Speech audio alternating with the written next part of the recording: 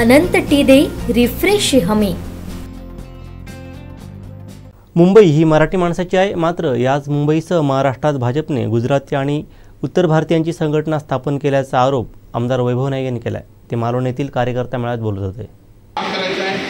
आज भाजपने अनेक संघटना स्थापन केल्या। खरं तर महाराष्ट्र हा मराठी माणसाचा आहे, मुंबई ही मराठी माणसाची आहे, म्हणूनच भाई गोविंदरावसारखे त्यावेळी तरुण प्रवाहित शिवसेनेकडे झाले आणि मग अनेक लोकांना, कोकणातल्या अनेक लोकांना आमदार खासदार नोकरीला या शिवसेनेच्या माध्यमातून लागले।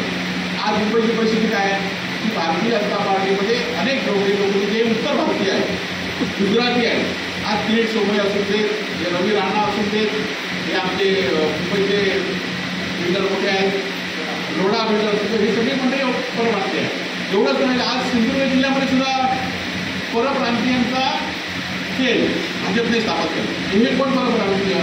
पाऊल आणणारे भैया, गुजराती जे मारवाडी व्यापार करतात ते गुजराती, बटर विकतात ते भैया, सुके मासे विकतात ते भैया, अशा सगळ्यांना बेकरी जी आहे ते केलं, अशा सगळ्या लोकांना घेऊन भाजपने आपला अजेंडा जो लपून चालू आहे तो आज उघड झाला आणि भाजपने उत्तर भारतीय सेल या जिल्ह्यामध्ये स्थापन केला।